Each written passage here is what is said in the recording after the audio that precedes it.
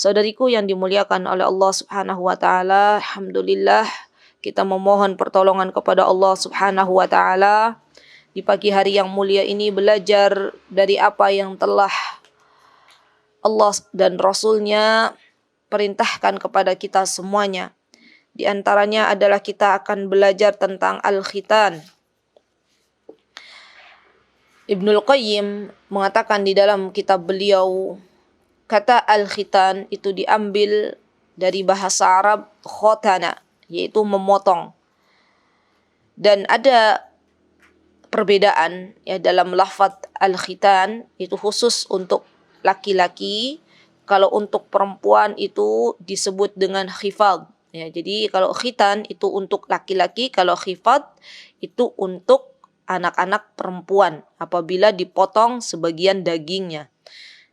Kemudian kalau untuk laki-laki, al-khitan itu yang dipotong adalah kulit yang menutupi kepala zakar bagi laki-laki. Ya, jadi ini biasanya mohon maaf ya, alat vital laki-laki itu ada yang menutupi bagian apa? Ada kulitnya dan itu dipotong, kulitnya dibuka. Nah, itu untuk kaum laki-laki.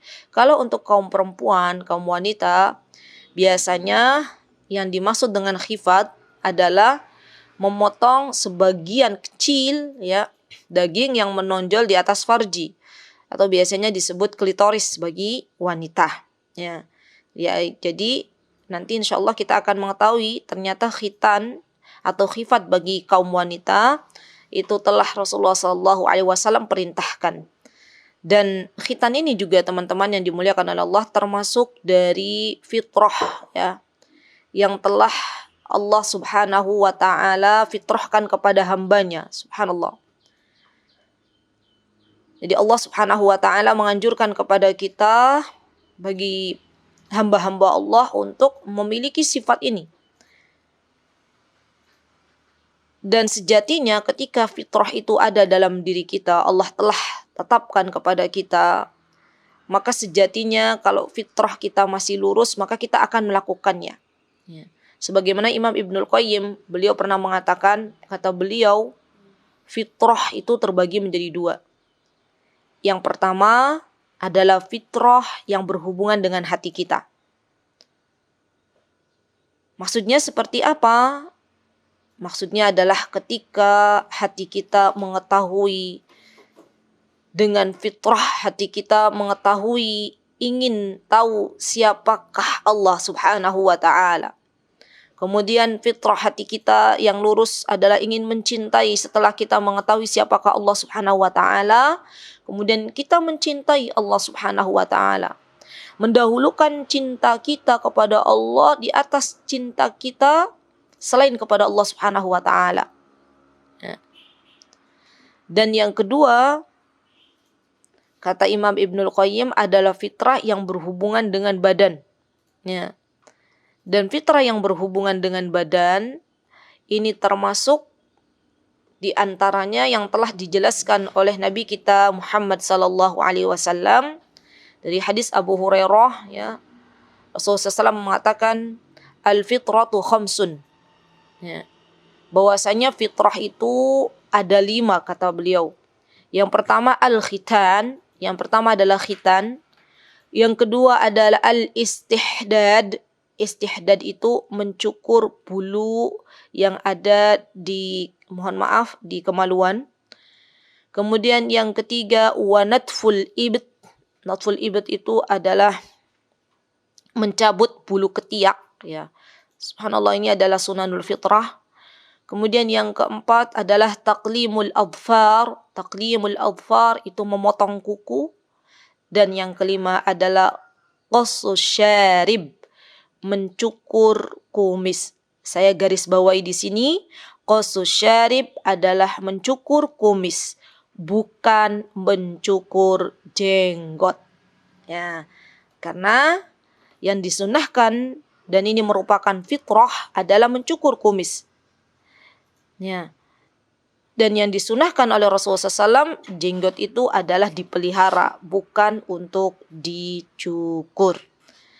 Kemudian di hadis yang lain Rasulullah SAW pernah mengatakan, ya, tambahannya, di antara sunanul fitrah, ya, di antara yang termasuk dari fitrah juga adalah di antaranya berkumur-kumur. Jadi berkumur-kumur, kata Rasulullah SAW, termasuk dari fitrah, fitrah manusia. Kemudian di antaranya juga adalah al-istinsyak. Al-istinsyak adalah menghirup air dari ke hidung, ya, kemudian mengeluarkannya lagi. Ini al-istinsyak. Kemudian di antara al-istinsyak, ya, yang telah dijelaskan oleh Rasulullah SAW adalah bersiwak. Ya, bersiwak ini juga termasuk al-istinsyak. Ya. Juga termasuk taharah, bersuci, ya, dan termasuk membersihkan lipatan pada badan kita. Ini semuanya termasuk dari fitrah. Subhanallah, karena memang agama Islam ini, teman-teman, adalah agama yang sempurna. Tidaklah agama Islam pasti mengajarkan kepada umatnya sesuatu yang baik, ya. Termasuk diantaranya fitrah. Ini karena Islam sangat-sangat mencintai kebersihan. Dan diantara fitrah yang telah dijelaskan oleh Rasulullah SAW ini adalah sesuatu yang Rasulullah SAW cintai. Subhanallah. Kemudian perlu kita ketahui juga, teman-teman yang dimuliakan oleh Allah Subhanahu wa taala, sesungguhnya perkara khitan ini adalah salah satu dari yang telah dianjurkan oleh Allah Subhanahu wa taala kepada Nabi Ibrahim alaihissalam. Jadi ketika Allah Subhanahu wa taala berfirman di dalam Al-Qur'anul Karim, a'udzu billahi minasyaitonir rajim, Allah mengatakan, wa idh ibtala Ibrahim rabbuhu bikalimatin fa'atammahun qala inni ja'iluka lin-nasi imama qala wa min dzurriyyati qala la yanalu ahdidz zalimin. Kata Allah Subhanahu wa taala, ketika Nabi Ibrahim alaihissalam diuji oleh Rabb-Nya dengan beberapa kalimat, dan ahli tafsir mengatakan yang dimaksud dengan kalimat di sini adalah sebuah perintah dan larangan. Lalu Ibrahim pun menunaikannya. Ya, subhanallah, Nabi Ibrahim itu, teman-teman, ya, beliau ketika dikhitan usianya 80 tahun. Ya, 80 tahun. Dan ketika itu Nabi Ibrahim ketika berkhitan menggunakan al-qudum. Qudum itu al-qudum itu menggunakan sejenis alat, ya, kata Imam Ibnul Qayyim, seperti kapak. Ya. Kemudian ketika itu Nabi Ibrahim mengatakan, wahai Robku, ini adalah sesuatu yang sakit, gitu, ya. Kemudian kata Allah Subhanahu wa taala, wahai Ibrahim, kenapa engkau terlalu terburu-buru, ya? Apa jawaban Nabi Ibrahim? Kata Nabi Ibrahim, saya tidak suka kalau harus menunggu apa yang telah engkau perintahkan. Saya tidak mau menunggu-nunggu apa yang telah saya tidak mau menunda-nunda apa yang telah engkau perintahkan, wahai Rabbku. Subhanallah. Dari Nabi Ibrahim ini, teman-teman, termasuk dari salah satu hamba Allah yang sangat-sangat bersegera di dalam menunaikan apa yang Allah perintahkan. Tidak menunda-nunda apa yang telah Allah perintahkan. Ketika Allah Subhanahu wa taala memerintahkan untuk khitan, di usia Nabi Ibrahim 80 tahun, Nabi Ibrahim menunaikannya. Ketika Allah Subhanahu wa taala memerintahkan Nabi Ibrahim untuk menyembelih anaknya, ya, dan itu adalah sesuatu yang sangat berat bagi seorang ayah, ya, ketika diperintahkan untuk menyembelih anaknya. Tapi karena Nabi Ibrahim adalah hamba yang sangat-sangat taat kepada Rabb-Nya, tidak mau menunda apa yang telah diperintahkan oleh Rabb-Nya, maka Nabi Ibrahim pun, ya, mengatakan kepada Ismail alaihissalam bahwa ini adalah perintah dari Allah Subhanahu wa taala. Dan Nabi Ismail pun, ya, karena Nabi Ismail adalah seorang anak yang sangat patuh kepada ayahandanya, kata Nabi Ismail, kalau itu adalah perintah dari Allah maka lakukanlah. Subhanallah, ini anak dan ayah yang saleh, ya, Masya Allah. Kemudian kata Allah Subhanahu wa taala, qala inni ja'iluka lin-nasi imama. Wahai Ibrahim, sesungguhnya aku akan menjadikanmu imam bagi seluruh manusia. Ya. Jadi Nabi Ibrahim diantaranya apa yang telah dilakukan oleh Nabi Ibrahim, kemudian dilakukan pula oleh nabi-nabi setelahnya. Ya, termasuk dari Nabi kita Muhammad sallallahu alaihi wasallam. Dan Nabi Ibrahim pun mengatakan, wa min dzurriyyati qala la yanalu ahdidz zalimin. Kata Nabi Ibrahim, dan saya mohon juga dari keturunanku. Subhanallah. Dan ini teman-teman, Nabi Ibrahim seseorang yang sangat-sangat perhatian juga kepada keturunannya. Subhanallah. Nah, teman-teman yang dimuliakan oleh Allah Subhanahu wa taala, jadi apa yang telah dilakukan oleh Nabi Ibrahim dari berkhitan, ya. Kemudian sunnah tersebut berlanjut sampai kepada generasi-generasi setelahnya, ya, kepada Nabi Musa, ya, Nabi Isa, semua berkhitan, ya. Sampai juga kepada Nabi kita Muhammad sallallahu alaihi wasallam. Baik. Setelah kita tahu siapa yang pertama berkhitan, yaitu Nabi Ibrahim alaihissalam. Setelah kita tahu definisi khitan itu apa, setelah kita tahu juga fitrah-fitrah sunnah yang telah dianjurkan oleh Rasulullah SAW itu seperti apa, maka saatnya kita mengetahui hukum khitan. Dan ini mohon diperhatikan dengan seksama, karena ternyata para ulama berselisih pendapat di dalam masalah ini. Ya, pendapat yang pertama yaitu pendapat dari kalangan madhab Syafi'i, ya, madhab Hanabilah dan madhab Malikiyah, ya. Dan juga pendapat ini adalah pendapat Asy-Syaikh Albani rahimahullah. Beliau mengatakan bahwasanya khitan ini wajib hukumnya, baik bagi laki-laki maupun perempuan, ya. Jadi yang pertama adalah khitan itu wajib. Mereka memiliki dalil, mereka memiliki pondasi. Subhanallah, jadi kalau para ulama itu mengatakan wajib ini sunnah, itu mereka ada dalilnya. Di antaranya dalil yang mereka pegang adalah perintah Allah Subhanahu wa taala kepada Nabi Ibrahim alaihissalam. Ketika Allah mengatakan wa idzibtala Ibrahim rabbuhu bikalimatin fa'atammahun. Wahai Ibrahim, engkau diuji oleh Rabbmu dengan beberapa perintah dan larangan. Dan yang diperintahkan oleh Allah Subhanahu wa taala ini adalah khitan. Maka kata ulama yang mewajibkan khitan, ketika perintah itu datang dari Allah Subhanahu wa taala, maka perintah tersebut menjadi wajib. Ya. Kemudian mereka juga memiliki sebuah pondasi dalil, ya. Di antaranya apa yang terjadi di zaman Rasulullah sallallahu alaihi wasallam, ya, dari hadis Usaim bin Kulaib, dari ayahnya, dari kakeknya, bahwasanya ia datang menemui Rasulullah sallallahu alaihi wasallam dan berkata kepada Rasulullah SAW, ya Rasulullah, aku telah masuk Islam. Maka kata Rasulullah SAW, buanglah darimu rambut kekufuran dan berkhitanlah. Nah, ini mengatakan para orang-orang yang tadi ulama yang wajib mengatakan bahwasanya al-khitan di sini adalah amr atau perintah. Hukum asalnya adalah wajib. Ya. Dan ketika Rasulullah SAW mengatakan sebuah perintah dan Allah juga mengatakan sebuah perintah, ya, seperti salat, Allah mengatakan perintah salat di dalam Al-Quran. Rasulullah SAW menjelaskan secara detail di dalam hadis. Maka hukum ini menjadi wajib, ya. Kemudian mereka juga yang mengatakan ini adalah wajib, ya, mereka mengambil dari perkataan Ibnu Abbas radhiyallahu an. Ketika Ibnu Abbas, ya, mengatakan bahwasanya al-aqlaf itu orang-orang yang belum dikhitan, kata beliau, kata Ibnu Abbas, kata Abdullah Ibnu Abbas, tidak diterima salatnya dan tidak dimakan sembelihannya.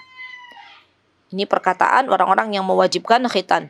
Berarti kalau misalnya orang yang belum dikhitan, ya, maka salatnya tidak terima kalau dia sudah baligh, ya.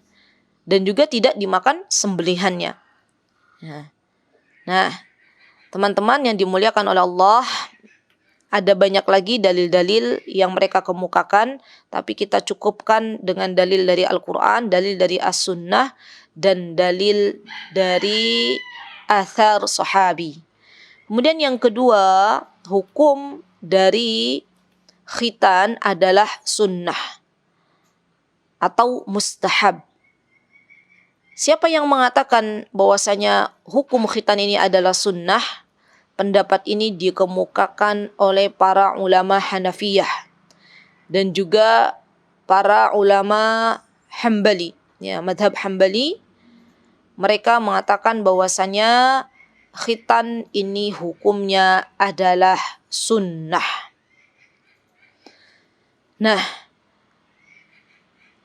dalil atau pondasi yang mereka gunakan ketika mereka mengatakan bahwasanya al-khitan ini hukumnya adalah sunnah, yaitu hadis yang telah dijelaskan oleh Abu Hurairah radhiyallahu an, bahwasanya Rasulullah SAW mengatakan al-fitratu khams, yang tadi fitrah itu ada 5 dan diantaranya adalah al-khitan. Di perintah ini datang dari Rasulullah SAW.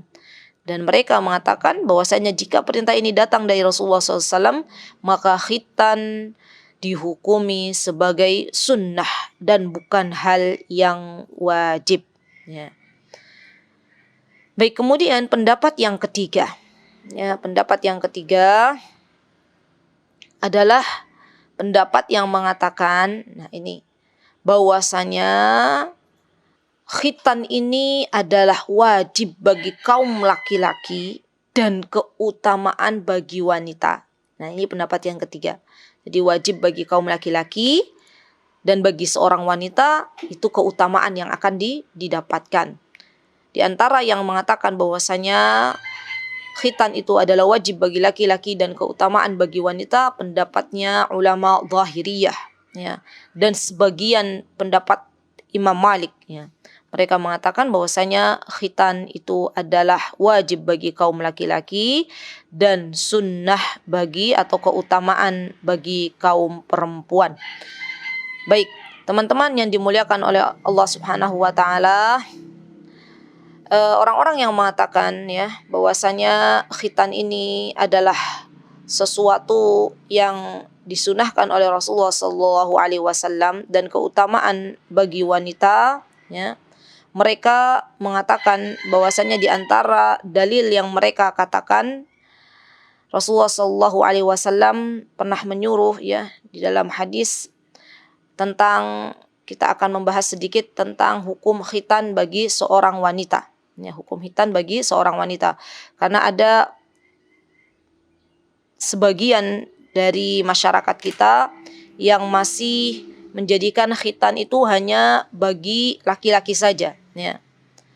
Nah, kita akan sedikit membahas tentang khitan bagi kaum wanita. Di antaranya, teman-teman yang dimuliakan oleh Allah Subhanahu wa taala, hadis yang pernah disampaikan oleh Abu Hurairah, ya, ketika Rasulullah SAW mengatakan al-fitratu khamsun, al-khitan. Nah, perintah ini adalah datang untuk umum, ya, untuk umum, baik untuk laki-laki maupun untuk perempuan. Berarti perintah khitan itu diperintahkan oleh Rasulullah SAW baik untuk laki-laki maupun untuk perempuan. Kemudian di antara yang mengatakan bahwasanya seorang perempuan, ya, juga adalah disunahkan untuk berkhitan, di antaranya ketika Rasulullah SAW mengatakan kepada Ummu Atiyah. Ummu Atiyah itu adalah seorang sahabi yang dulu terkenal sebagai wanita yang tukang khitan, ya. Jadi beliau itu terkenal sebagai tukang khitan di zamannya Rasulullah SAW. Kata Rasulullah SAW, ya, mengatakan kepada Ummu Atiyah, kata beliau, ukhfudhi wala tunhiki. Khitanlah wahai Ummu Atiyah para wanita di zamannya Rasulullah SAW, dan jangan dihabiskan. Maksudnya jangan berlebih-lebihan dalam memotong bagian yang dikhitan. Fa innahu andaru lil wajhi ahdha lizauj. Khitan untuk kaum wanita itu ternyata memiliki faidah. Faidahnya, manfaatnya akan memberikan cahaya di wajahnya. Masya Allah. Jadi glowing wajahnya, cemerlang, ya. dan juga lebih menyenangkan bagi suaminya. Ya, jadi jangan dipotong terlalu dalam, sedikit saja, sebagian saja. Ini perlu harus diketahui oleh teman-teman yang saat ini punya profesi ya, biasa mengkhitan kaum wanita. Jadi kalau misalnya mau mengkhitan, maka jangan terlalu banyak. Kemudian Rasulullah SAW juga pernah mengatakan di dalam hadis beliau, kata beliau, idzal taqal khitanan faqad wajabal ghusl. Rasulullah SAW mengatakan bila bertemu dua khitan, maksudnya khitan laki-laki dan wanita. Berarti di sini wanita pun disebut ya, bahwasanya wanita dikhitan. Maka kata Rasulullah SAW, maka sungguh telah wajib bagi mereka untuk mandi junub. Ya. Dan juga hadis yang mana telah diriwayatkan dari ibunda kita Aisyah radhiyallahu anha, ketika beliau ya mendengar Rasulullah SAW mengatakan, idza jalasa baina syu'abihal arba'. Jika seorang lelaki telah duduk di antara cabang dari wanita ya, wanita yang 4, maksudnya adalah kinayah untuk jima'. Wa massal khitan, dan khitan yang satu telah menyentuh khitan yang lain. Maksudnya di sini adalah khitannya seorang laki-laki telah menyentuh khitannya perempuan. Faqad wajabal ghusl, maka telah wajib baginya untuk mandi junub. Nah, hadis ini berarti teman-teman mengisyaratkan dua tempat khitan yang ada pada laki-laki dan perempuan, menunjukkan bahwasanya wanita juga dikhitan. Taib. Jadi sekali lagi penghitanan bagi wanita itu adalah perkara yang ma'ruf, perkara yang dikenal di zamannya Rasulullah sallallahu alaihi wasallam. Ya, berdasarkan hadis-hadis yang telah tadi saya sebutkan. Taib. Kemudian teman-teman yang dimuliakan oleh Allah Subhanahu wa taala, setelah kita mengetahui tentang hukum berkhitan baik untuk kaum laki-laki maupun untuk kaum perempuan, maka saatnya kita belajar waktu yang terbaik untuk khitan. Para ulama membaginya dalam beberapa waktu. Di antaranya adalah waktu yang diwajibkan. Ya, waktu yang diwajibkan itu adalah ketika seseorang sudah masuk usia baligh. Jadi kalau misalnya nih ada anak laki-laki kita, misalnya yang sudah baligh, belum khitan, maka disegerakan untuk dikhitan. Ya. Karena ini nanti berhubungan dengan masalah hukum, ya, berhubungan dengan masalah ketika dia nanti menikah, ketika nanti mandi junub dan sebagainya, semuanya berhubungan dengan hukum. Yang kedua adalah waktu yang diperbolehkan atau waktu yang dianjurkan ya untuk berkhitan, yaitu waktu sighar. Masih ketika anak-anak kita masih dalam keadaan masih kecil ya. Karena ini teman-teman yang dimuliakan oleh Allah, ketika anak-anak dikhitan di waktu kecil ya, itu adalah sesuatu yang lebih meringankan bagi anak-anak kita. Berbeda kalau anak-anak dikhitan di waktu SMP kelas 3 atau di waktu SMA kelas 1. Ini dalam penyembuhan setelah khitannya saja itu cukup harus lama ya. Maka waktu yang dianjurkan atau diperbolehkan termasuk di dalamnya ketika anak-anak masih kecil. Atau ketika mereka masih bayi, sebagian ulama juga memperbolehkan ya.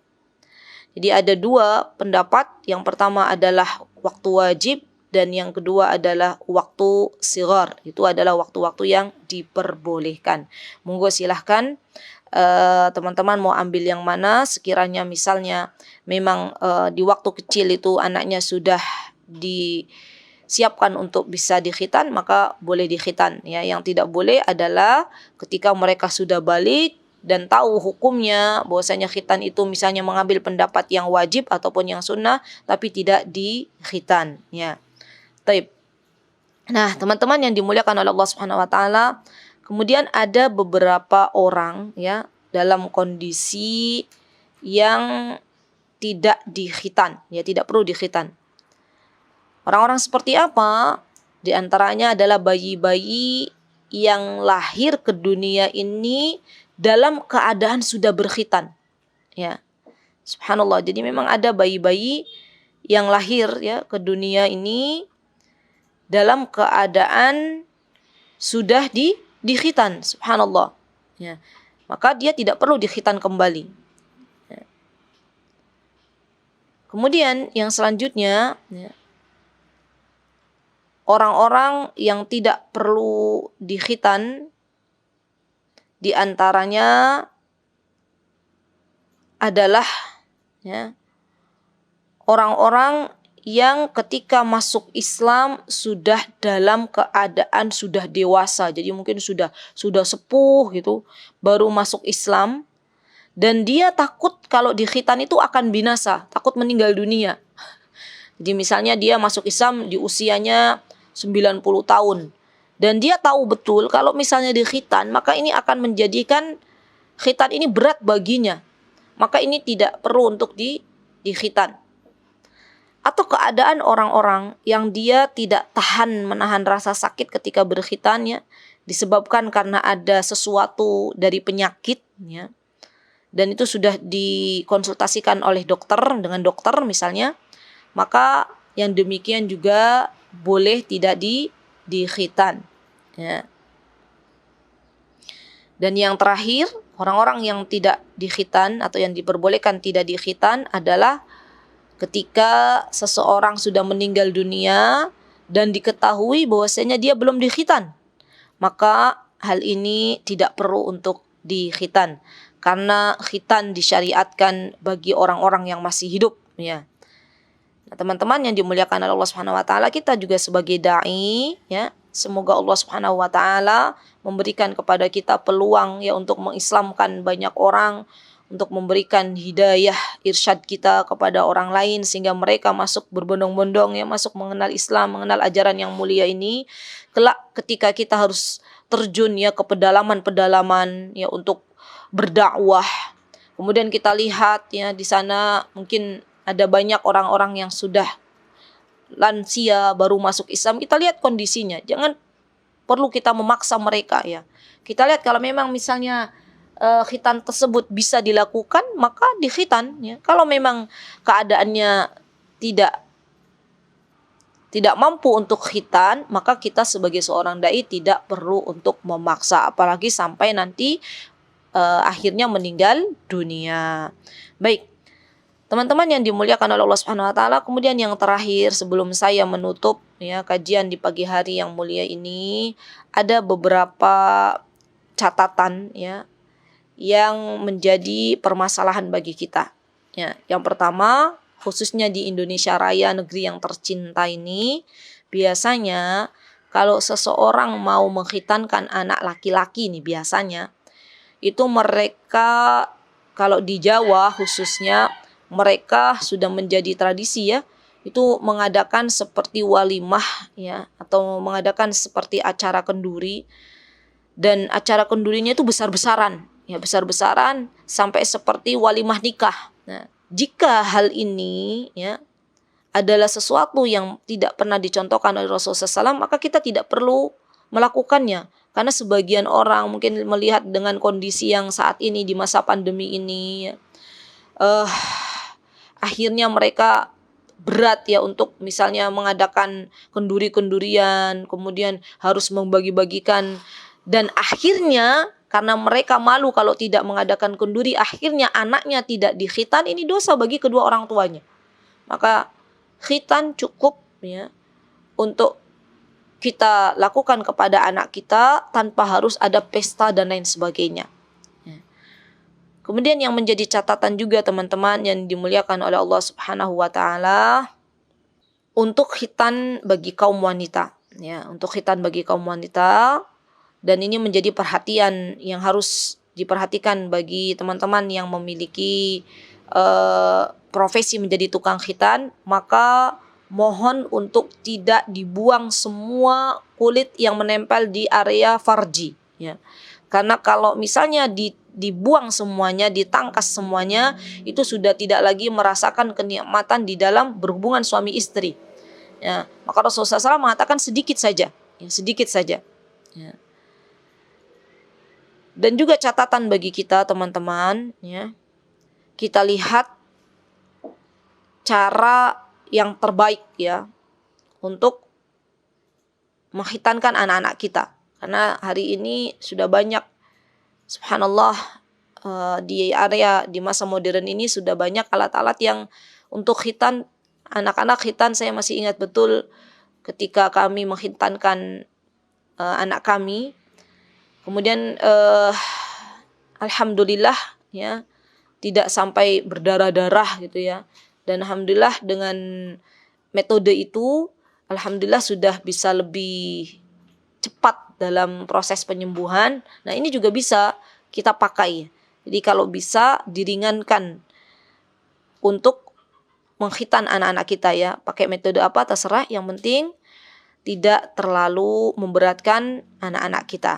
Dan yang terakhir, teman-teman yang dimuliakan oleh Allah Subhanahu wa taala, ketika kita sebagai orang tua akan mengkhitan anak-anak kita nih, terutama anak laki-laki ya misalnya, dan mereka sudah bisa diajak bicara. Misalnya kita ambil pendapat yang mengatakan bahwasanya khitan itu di waktu sebelum mereka balik. Misalnya kita ambil pendapat itu, berarti kan anaknya sudah bisa diajak bicara. Kita katakan dulu kepada anak-anak kita ya. Jangan kita takut-takuti.